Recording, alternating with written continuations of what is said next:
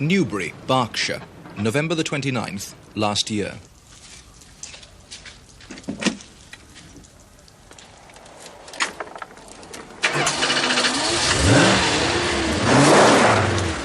Four men have arranged a rendezvous in this canal-side building. The result could bring prosperity or failure to their small company, jobs to their town, and perhaps an object lesson for British industry. Peter Michael is 40 years old, the chairman and one of the founders of Quantel. Yeah, this is Golf Bravo Delta Alpha Lima. We're inbound from Biggin Hill with 2 on board. Could I have your surface weather, please? The second man is Bob Graves, the company's co-founder and now at 45 in charge of marketing. Third, Martin Trump, the boffin. He's 41 and the company's technical director. Finally, the whiz kid, managing director of Quantel, Richard Taylor, just 33, yet already the man responsible for the biggest gamble in the company's 6-year history. Okay, so if we call that one X and we call that one Y and we call that one Z, we are saying X times Z. The meeting last November was to decide on a new product range. Tonight's programme is the story of this small company's attempt to take on the biggest and best electronics companies in the world. These four men allowed us to follow their progress, sit in on their deliberations, and record their success or failure, always knowing that a breach in their security could spell commercial death in their highly competitive industry. Although we've got 9 months or 18 months of orders, the whole way the market moves, it's going to be... They could all evaporate. Oh, thanks. It's charming. You know that's as well as I did. Across the other side of the Atlantic is where all this activity will ultimately be focused. The deadline is March. The target, Dallas, in the north of Texas.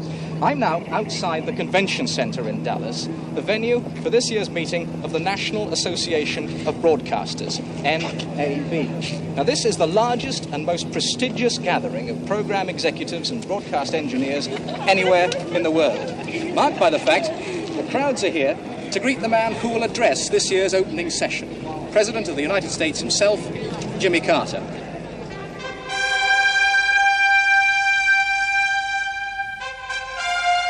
Carter has left behind in Washington Anwar Sadat and Menachem Begin. Even with the Middle East peace treaty still in the balance, Carter reckons he has more important business to look after here: broadcasting.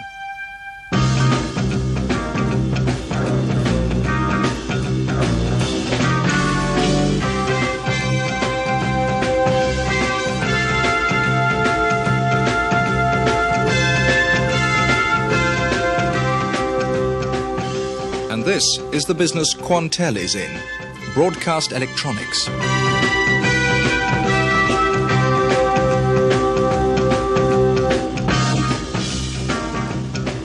Like Carter, the Newbury company will come to Dallas to try and impress the men who control the American broadcasting industry. The competition here will be intense. A big city like New York may offer 14 choices of television program. The station, with the newest styles of presentation, the latest video techniques, is likely to win the viewers and make the biggest profit. As he plays the ratings game, the American broadcaster is depending more and more on technology. For example, in our evening news in New York, we have 3 basic origination points: New York, Washington, Chicago, and London. Sorry, it's 4. And each of these persons talk about a various thing that are happening, on all the graphics and all the film and tape are actually being seen from New York or from Washington. And yet it's all superimposed at the same time.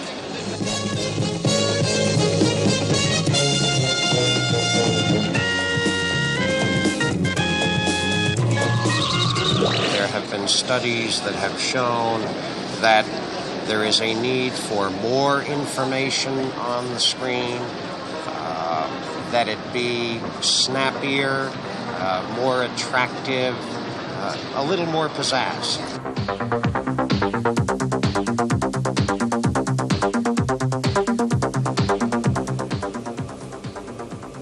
And giving broadcasters the means of introducing a little more pizzazz into their programs is a business which this year will have turned over $20 million and which could do twice as much next year.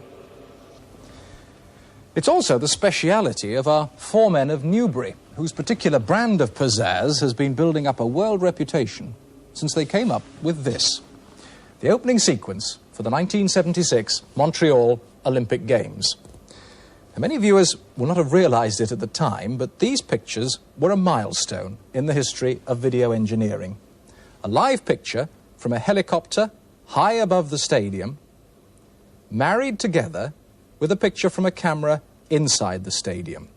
And that marriage took place with no untidy frame rolls, bumps, or electronic hiccups. Television pictures from different places used to cause real problems. Let's see if we can recreate what was once a regular occurrence on our screens. On the left-hand monitor, we've got a picture from the helicopter. On the right, some pictures from the cameras inside the stadium. On the far right monitor, let's transmit first our picture from the helicopter and then switch to the cameras inside the stadium. And every time we do it, there's a whoops, untidy frame roll. That was the sort of thing that our colleagues in the good old days used to be forever apologizing for. And it used to happen because one television system couldn't cope with pictures coming from cameras being driven by equipment in totally different locations. Look at the waveforms of our pictures. This one's from the one in the helicopter. Look particularly at these two dips underneath the rest of the signal. These are synchronization pulses. These are the things which hold the rest of the picture information together. Here's the waveform from the camera inside the stadium, and there's its sync pulse. We can only see one of them because it's in a quite different place from the two above. In fact, these two pictures are being generated on two totally different time bases. The jumps on the screen as the pictures switch is simply the television system changing time bases, unlocking from one set of syncs and locking onto the other. Now, Quantel's answer to that problem was to hold one of the pictures in a computer memory just long enough for the two time bases to catch each other up.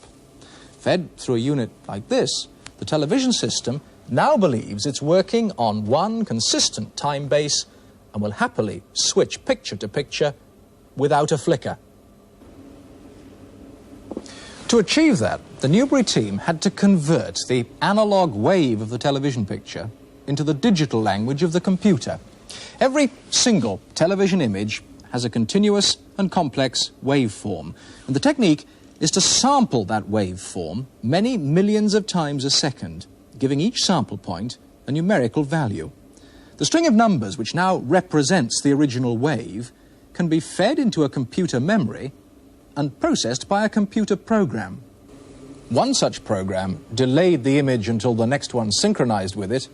Another program produced a reduction in frame size. By coming up with an analog to digital converter that operated quickly enough for the picture to be converted, processed, and turned back into an analog wave without the viewer noticing any delay in transmission, Quantel was in a position to give the Canadians and the whole of the television industry something really new. Just as the Montreal engineers were on the verge of signing a deal with a Japanese company to supply synchronizers for the game's coverage, Quantel persuaded the Canadians that the British design was smaller and better than its Japanese rival, and they agreed to build it in just 4 months. It was a desperate gamble, but the last unit was delivered 2 weeks before the games got underway, and final tests were completed the night before the opening ceremony. It was a huge success, and this buccaneering spirit has become a hallmark of how the company does business. Quantel's parent company began life just 10 years ago with half a dozen employees. From a computer consultancy has grown a group of companies designing and manufacturing defense and other equipment, employing 400. including some of the brightest electronic engineers in the country. These are the backbone of Quantel's dramatic growth, and they're scarce. The company must develop new products more rapidly than it can recruit specialist engineers to meet the demand for existing models. That's the penalty for being in what Quantel calls the immediacy business. If it stops developing, its rivals overtake it, and the competition will stop at nothing. In the American market particularly, it's difficult because they're very bold. I mean, they will, in fact, advertise a product, put a price on a product, put a delivery on a product, and the product hasn't even got into the laboratory yet.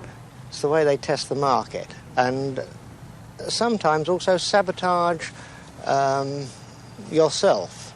You know, someone comes up and says, well, this is jolly good, but I hear so-and-so are going to introduce something at under half the price, delivering 90 days. You can only laugh. I've been involved in situations where my room has been turned over in a US hotel. Industrial espionage is a very real thing, not to be ignored, not to be taken lightly. How do you counteract it? Well, you can't totally, but one of the things that we take some trouble with is that the personnel who travel in the US, who now probably include between 10 and 20 of the senior engineers in the company, have all heard and listened to what has happened, and they've experienced themselves some small aspect of things that can happen. And that very quickly gets learnt. It's a dog-eat-dog society.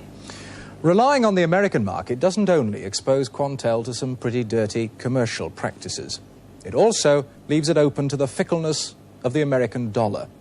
One of its rivals isn't so vulnerable, the American firm Vital of Gainesville, Florida. Then there's the Japanese company beaten at Montreal, NEC, a division of a large Japanese trading house, still very active in the market.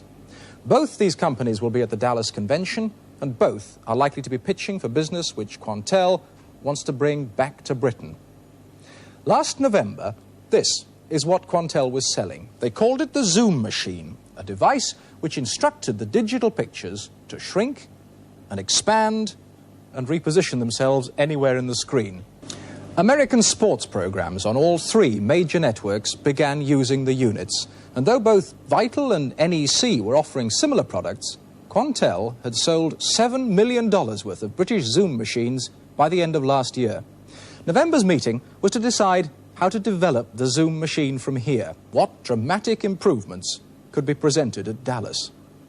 One suggestion was what the industry would call an automatic chroma key machine. Chroma key is the technique so popular with news programs, in which the picture from one camera is instructed electronically to disregard anything a certain bright colour, blue is a popular choice, and replace those areas with a totally different picture from another source. Magic though it may seem, the technique has its limitations. If the master picture moves, the second one may not. The effect is most giddy-making. If there's anything else in the master picture, coloured like the panel, that too gets the same treatment. Though it wouldn't be easy, the Nubar team felt there would be a tremendous interest in a technique which could digitally lock the two images together. Well, it's a pattern recognition problem without any doubt.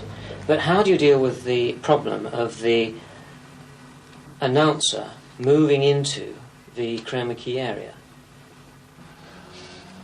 Well, I think you establish the chroma key area before you start messing it around. I don't think we'd have to pick it up dynamically, because if his head's right in the middle, then it's not going to be the largest object, and we have the impossible problem of which is the correct one. And then you've got the problem of the talent walking across or moving into part of the key area, but nevertheless you can always at least show the machine the complete area before you start. Even at that first meeting, doubts about automatic chroma key were building up, particularly in the mind of Richard Taylor. And the thing that concerns me, okay, our competitors don't have automatic chroma key, and I don't think that's enough. I think we've got to do something else. It was his American customers who had given Richard Taylor the idea what that something else should be. One Zoom machine wasn't enough for them. They wanted two separate images zooming simultaneously, or even 3 or 4. It wasn't a new idea. Vital had been talking for some time about a 4-input machine using a single large computer memory. Quantel's idea was to link separate, small machines together to supply the same effect as Vital, but the advantage being the customers could buy their machines one at a time when they could afford them and build a modular kit which could be joined together or split according to their needs for each program. Of course, the beauty of doing a, let us say, 4-input device where you're using 4 machines is that it doesn't upset the machine that's in production very much, so you can carry on delivering. Exactly. But market-wise, I'm very keen on the idea that they can build up to it. You don't try and hit them with what is going to be a very, very expensive machine. It would be fantastic if it came off. The problem is, I mean, Vital are talking about a 4-input device, which, okay, they're just talking at the moment, but their concept is a device that is just a 4-input device, which is very expensive. While we've been concentrating on a single-input device, which is now working superbly, and in fact we've captured most of the market in the States with it, in the months left between now and NAB, we are going to do what Vital's been trying to do for 3 years, and we can do it in 3 months. So, last December, Richard Taylor received an extra special Christmas present. One £70,000 picture switcher. And having taken delivery of this new piece of equipment and taken the decision that it would be used to develop a new product range, the problem was handed on to Quantel's head of research, Paul Keller. Paul, out of that November meeting, what sort of a brief did you get? Well, the machine has always had much more power than we have so far extracted from it. What we now have to do is extract a little bit more of that power in time for the exhibition so that we can make a major step forward and at the same time end up with something that we can then sell and that customers want. Let's go back and remind ourselves where the machine was at this point. The machine can change the size of pictures and their position. And you're telling me that's only scratching its potential? Right. The frame store, which is this unit here, once having acquired the picture, can carry out a lot more sophisticated processing if we can make the control computer and the interface to the mixer here powerful enough to enable that to be usable. That is the present task. So all you had to do back in December was design some more instructions to feed into the frame store? Yes, that's right. Well, what did you need the switcher for, then? Well, we are getting to the level with this machine that the operation of it is so intimately tied up with the switcher, which customers already have, that it is necessary for us to own one to get sufficiently familiar with using it and what the problems and what the limitations are. And customers already have these things. We've got to learn to work with all of them. You don't go along to a customer who's just paid £70,000 for another switcher and say, sorry, old boy, buy this one and you can get this new effect. But you, as head of research, must be sorely tempted to go along your own sweet path. Did you take any notice of what that board meeting had said to you? Yes, a certain amount of notice. They have a much better idea, of course, than I would have of the market requirements, what the customers want and what they can sell. It's my job to know what the limitations of the machine and the control mechanism are, to find ways of extracting the power to fill those requirements, and to do so by the date of the exhibition. Now, that gave you 4 months at that time, didn't it? What were the constraints working on you then? Well, to some extent, the exhibition deadline is a positive constraint because it forces you to undertake something which you can see the end, which is going to be finished by then. And, of course, the extra constraint that at that time standard machines were already being delivered to customers. Anything that we developed had to be backfitted in the field, probably while the machines were on air, to machines that were already there. It wouldn't be the first time that an engineer had appeared to make a modification to a machine to be told, yes, you've got to do it immediately, but don't touch the machine, it's on air. What sort of a Christmas was it for you? No worse than usual. This sort of pressure always builds up at this time of the year. And we have found by experience that we've learnt to produce good work under that kind of pressure. But technical hurdles weren't the only ones to be surmounted. Richard Taylor was at that time having more mundane problems. The company needs space for the new project. It has bought up every suitable site in Newbury, and those it has already, it's expanding. Even though this is just half the extension, it's not going to be ready in time, and it's going to actually be filled with the existing range of products. So, in November, just 4 months before the Dallas deadline, the company decides to buy a virtually derelict house by the canal and convert it from the ground up. Buildings along here are listed, which we rather like, so we can keep the front looking just as it is. And you might not believe it, but in fact there are 3,500 square feet in this building. I find that hard to accept. 4 months, though? You're going to get it ready in time? Well, it's more a question of having to, I think. What are the problems that have still got to be overcome? Well, I think you can see a lot of them, but in fact our builders are very used to taking property like this and converting it into a very nice working atmosphere. This is the derelict house we were in just 2 months ago. And today, the equipment's in place, and this is in fact the first full working day in the new area.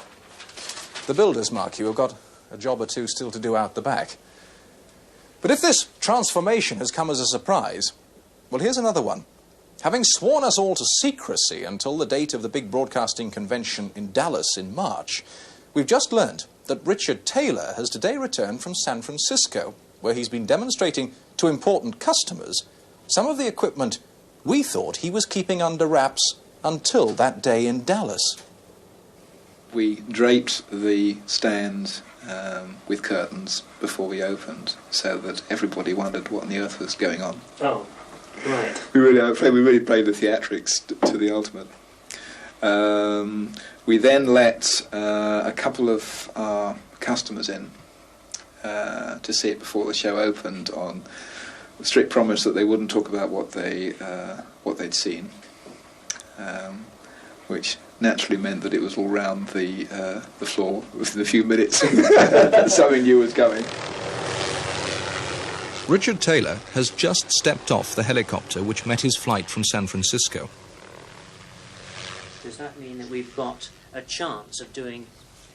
As surprised as the rest of us by the sudden trip, Peter Michael is now finding out why his managing director decided to take some of the Dallas equipment to the States 2 months ahead of schedule. We have left the market totally confused now as to whether we have merely shown our NAB product early or whether we're going to announce something else spectacular at NAB. We've still got the auto chroma key to show, but at the same time I'd like to bring forward the work that Paul is doing on the totally flexible picture. So, Paul, surprises all round. What was it that Richard had taken to San Francisco? This. So it's a zoom with tumble and spin and flip. How demanding was this on your powerful machine? Well, funnily enough, to invert the picture itself is not very difficult. Right back from the very early days of the machine, it's been able to read lines out from bottom to top instead of from top to bottom. Can you put us from top to bottom again? So how big a jump was it from one inversion to an effect like that? Well, that was the problem. We had to find a way of making the control mechanism in the control box. And remember that there were already many of those control boxes in the field at that time. We had to get the extra power out of them to make that effect available to directors in a creative way. We weren't prepared to relieve them of any of the creativity. They had to do it all, but we had to find a way of cramming it into the box and into the computer. And you did it in time for San Francisco, and it stole the show. But your bluff would have really been called if that's all you'd had too for Dallas, surely. Yes. Richard's trip to San Francisco was a masterstroke, but he would never have dared take that gamble if he hadn't known that we were well along the way with a further development which we could show in Dallas. What he didn't know was that the major mathematical problems that were bugging us when he left had in fact been solved by Martin Trump while he was away. And what was the effect you had up your sleeve? The ooze box. Ooze? What we've done is make the control mechanism work an order of magnitude faster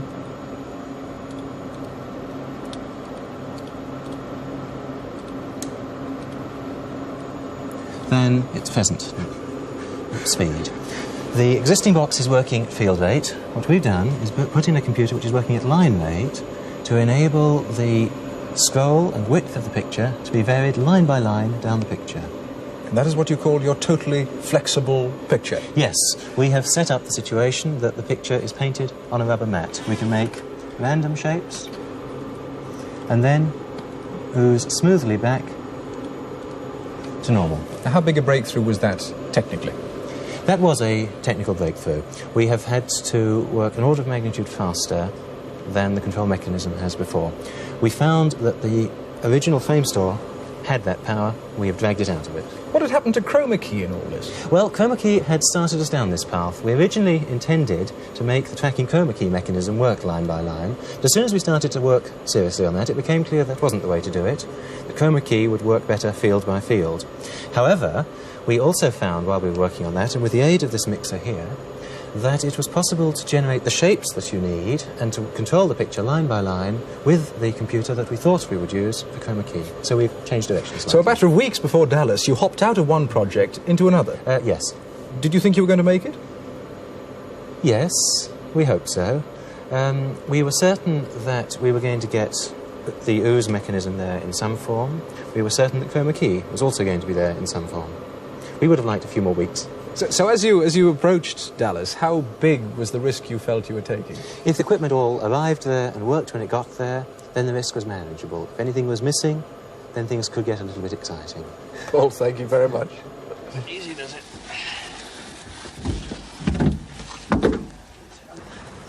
By March the 19th, all the equipment should have left Newbury. Inevitably, it hadn't. Delayed by the failure of an American supplier to deliver vital circuits on time, Barry Miles is one of those behind schedule. He's hard at work on a new synchronizer. At the last minute, he's had to rebuild most of it. One American manufacturer let us down by not delivering their devices, so we had to redesign a new store card. That took about 2 weeks to design, about 2 weeks to get the artwork done. And then we had yet another problem, that the devices we redesigned for were late because there was an airline strike in Penang and they couldn't get the devices from Penang. So they've only arrived a week and a half ago. So that's how far behind schedule now? Oh, about 6 months, I suppose, which is the truth. But you'll make it for 6 days from now? Hopefully, yes. 4 days later, the stragglers and their equipment were ready to leave for Dallas. On the eve of their departure, Quantel celebrated. Comes down, you keep going, because if you don't... Nothing more could be done now on this side of the Atlantic, and the company fated both those who had met their deadlines and the partners who had seen so little of them in the past weeks. But mixed with relief was tension. Ladies and gentlemen, before the camera starts rolling, this must be the worst moment of my life.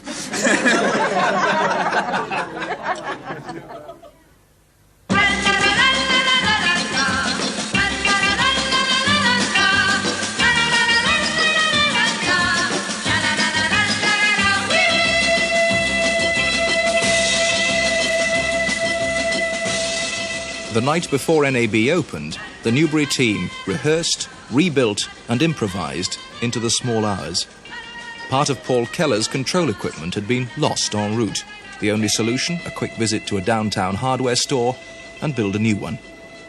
The automatic chroma key is playing up and working fitfully. Worst off is Barry Miles. His synchronizer won't work at all. Well, it got slightly dropped in the airport, so I'm trying to find out what went wrong.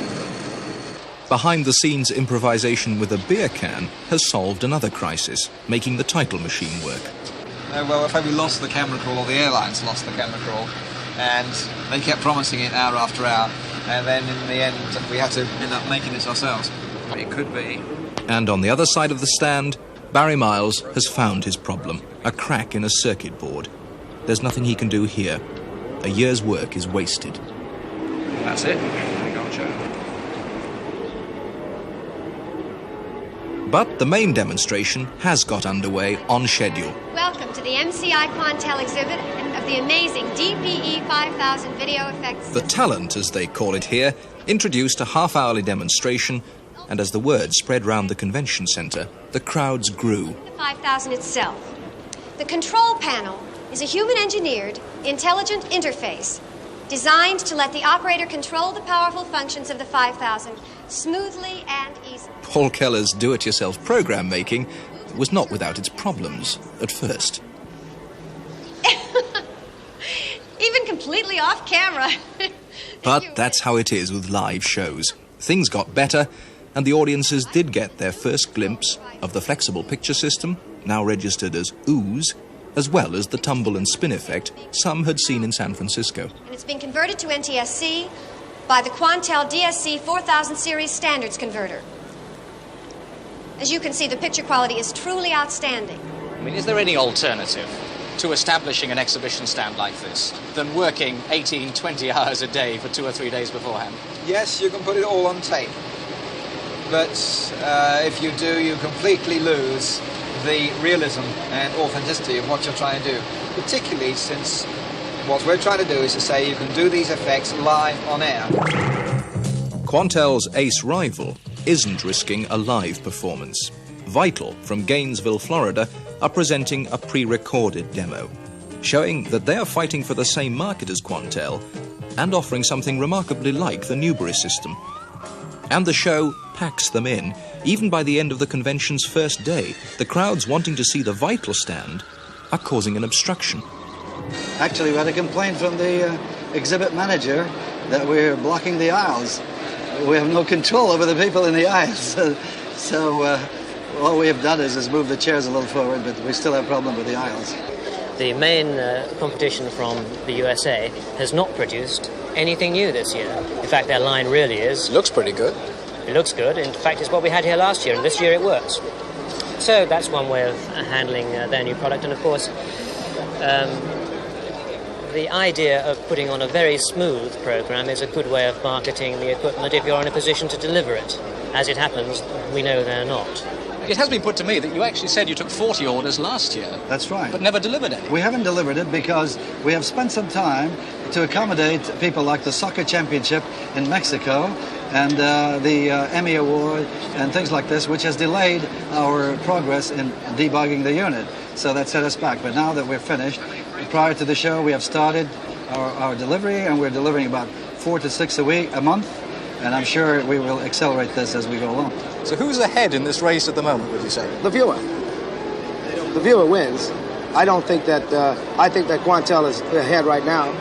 I would have to say that in most of the things that are being done now, they're probably slightly ahead.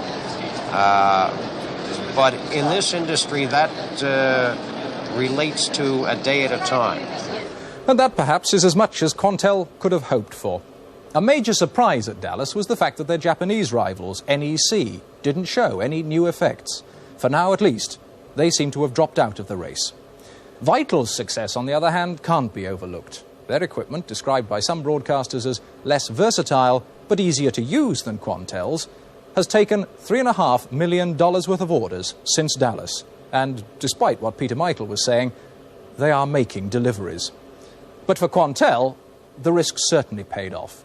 Since Dallas, they have won orders worth $15 million. NBC, ABC, CBS have all made bulk orders for the new machines, and even the BBC is buying one.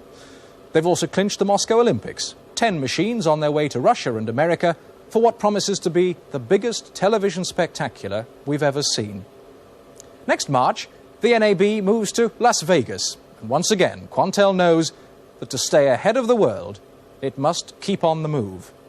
Giving television programs a little more pizzazz is a business in which you can't stand still for a minute. Good night.